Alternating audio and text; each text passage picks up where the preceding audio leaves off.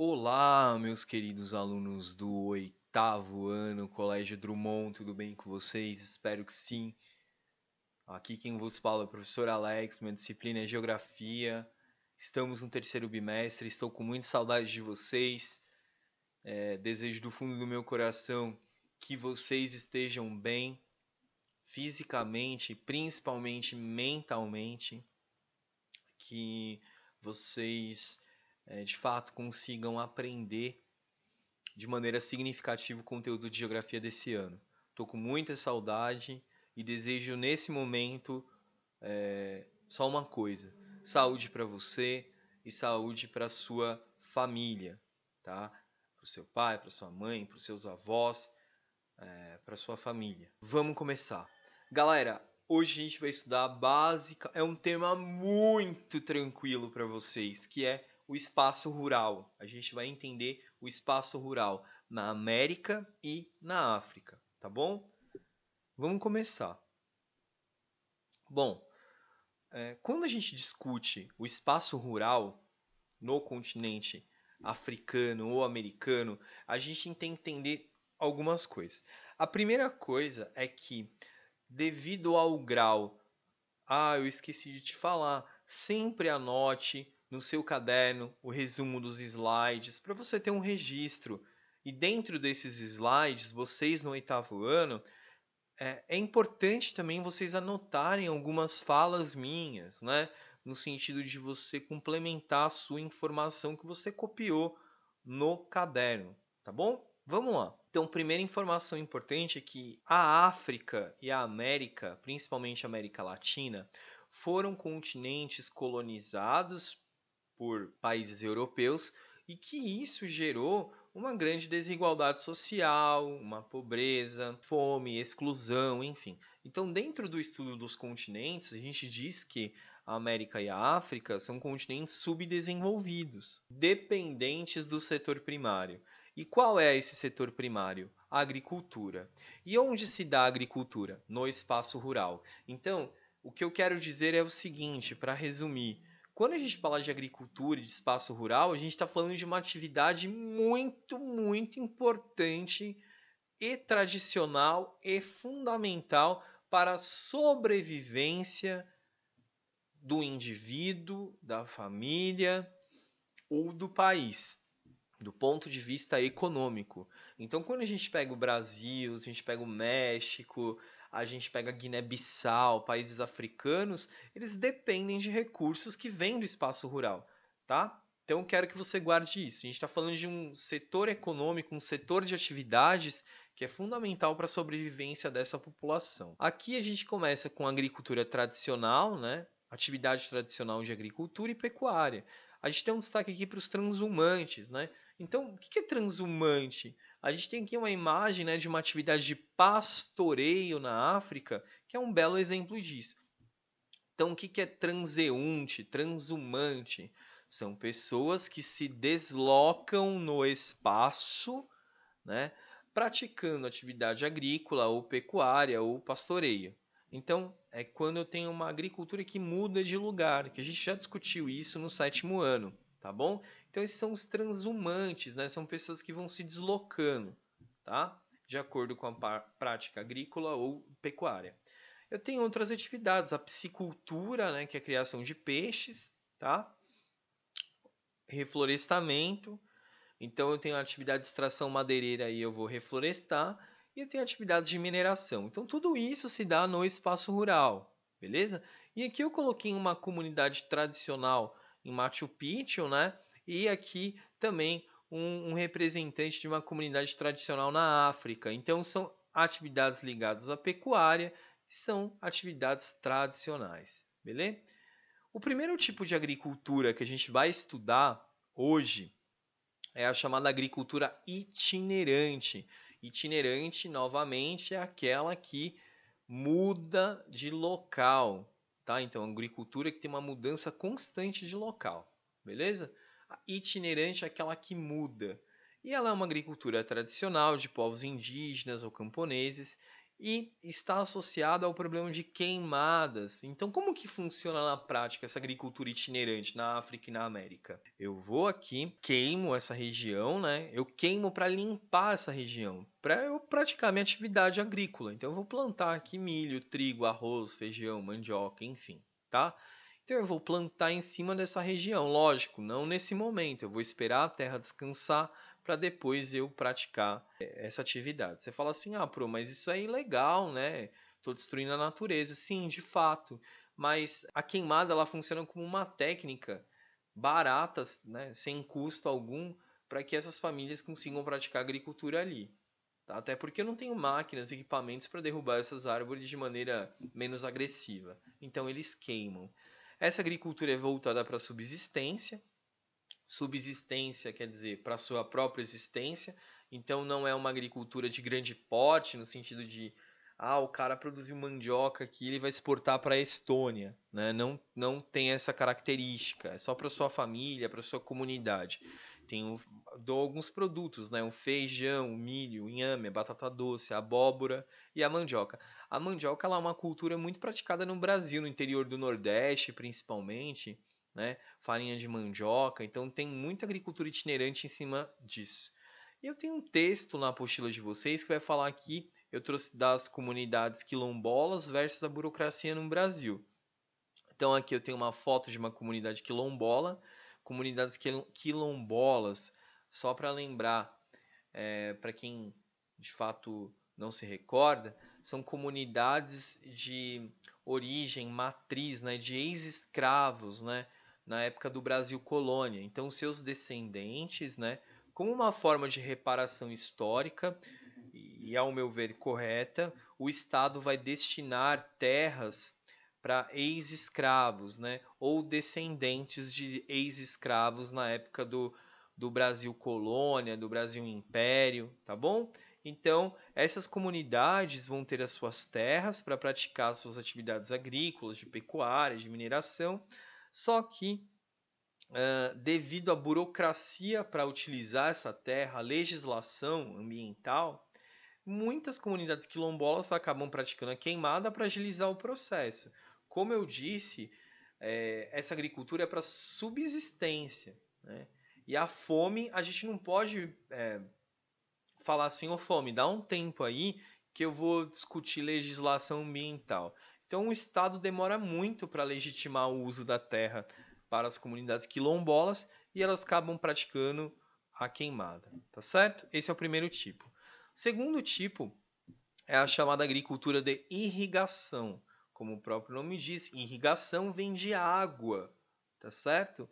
E olha aqui, eu tenho um mapa, né, de proporção de áreas agrícolas utilizadas sob o sistema de irrigação. Então, é aquela agricultura que vai desviar o curso de um rio, que vai se utilizar do recurso hídrico que o solo obtém, que existe, para praticar a sua atividade econômica. Então, quando eu observo esse mapa, eu tenho maior que 50%. Tem o Egito aqui, né? Por que que o Egito é assim? Óbvio, porque aqui eu tenho o rio Nilo. O Brasil tem uma situação intermediária, então quanto maior, mais a tonalidade de verde aqui, quer dizer que a maior a quantidade de agricultura irrigada empregada aí. E eu tenho algumas porções vazias aqui, principalmente na África Central. Por quê? Porque nessa região eu vou ter basicamente o Rio Nilo, tá certo? E esse Rio Nilo não, eu vou ter o Rio Nilo e o deserto do Saara como impulsionadores aqui da seca. E eu tendo seca nessa região, obviamente vai dificultar as minhas atividades de agricultura de irrigação, tá certo?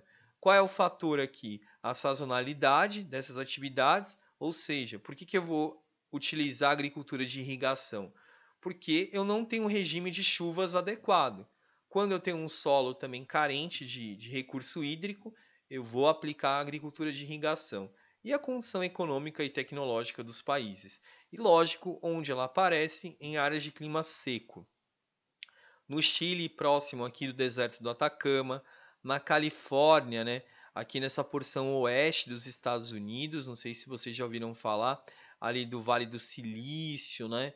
Não sei se vocês lembram da Apple no sentido de símbolo ser uma maçã.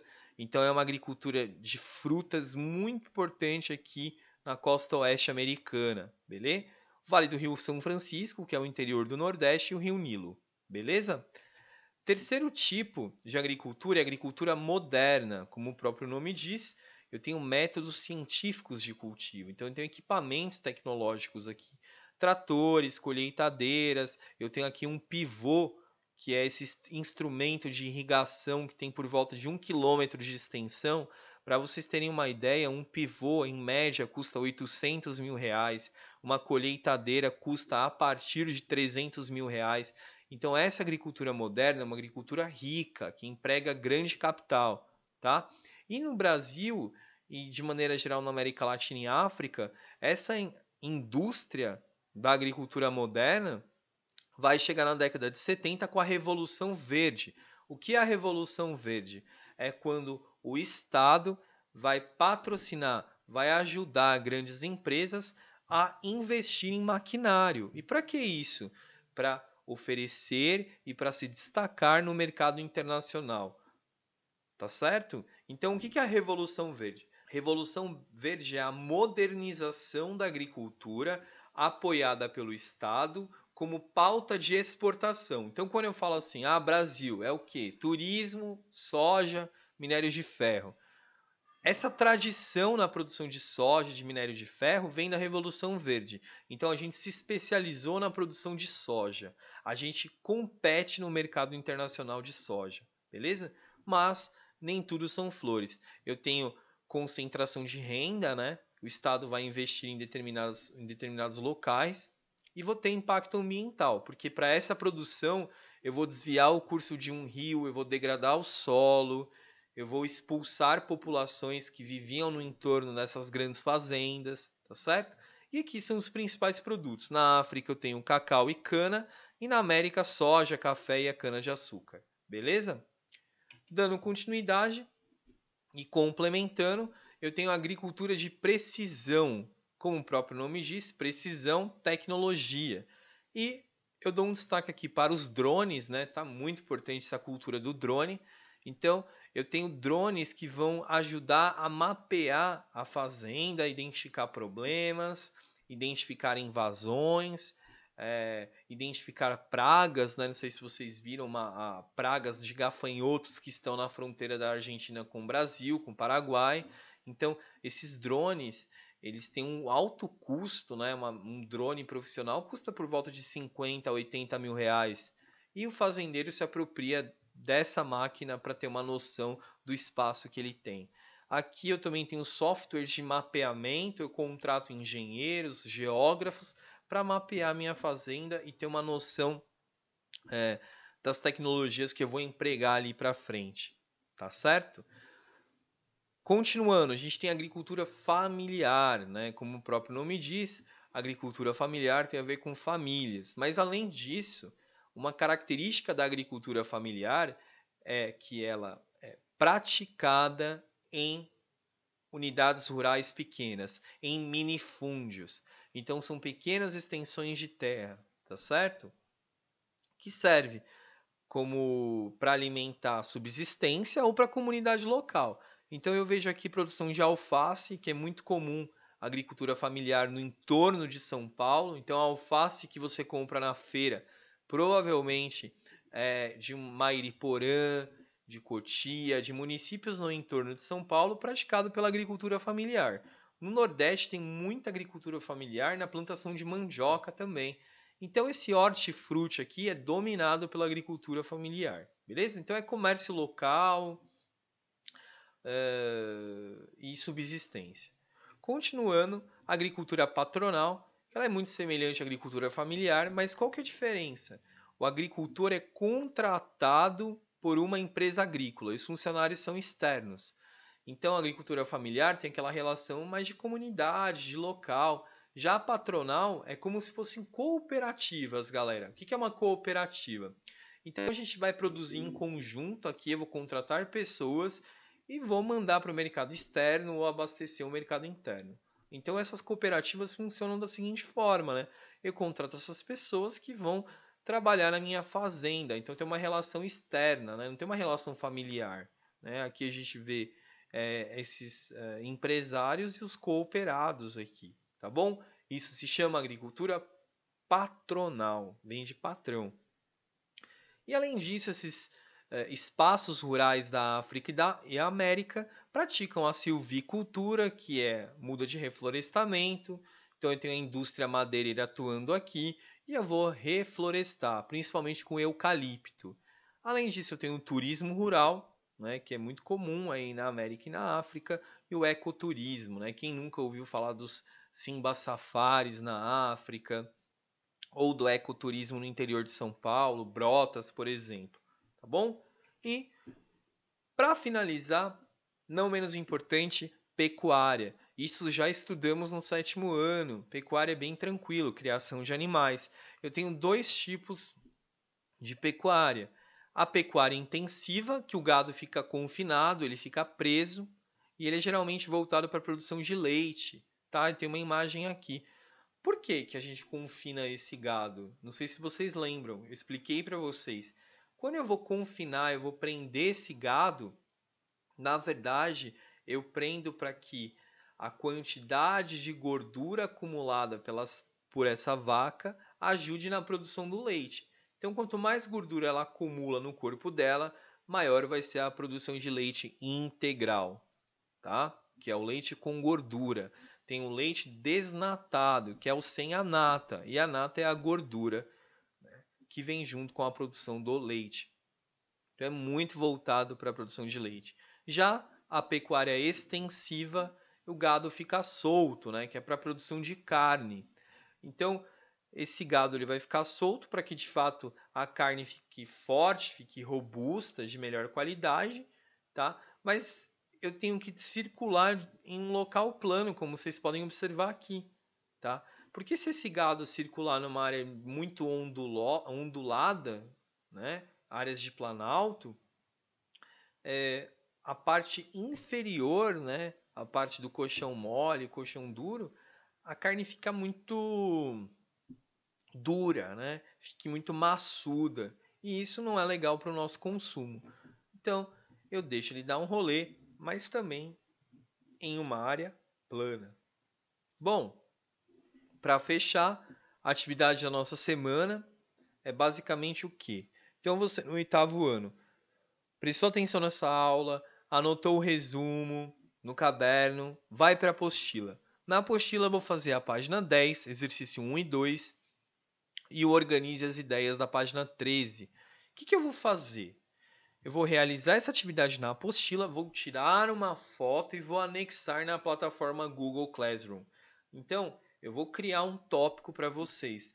Postem aqui suas atividades. Então, você vai postar a sua foto, você vai tirar a foto da lição da apostila e vai identificar. Oi, pro, ó, aqui minha lição. Eu sou o Pedro do 8º A, sou a Maria do 8º B, tá bom? Tirou a foto, postou. Isso vai compor a sua nota de T1 ou T2, que vai ser fundamental para a sua média, tá certo? E se vocês tiverem algumas dúvidas, é só me chamar. Chegamos ao fim de mais uma aula de geografia. Fiquem com Deus e se cuidem. Tchau!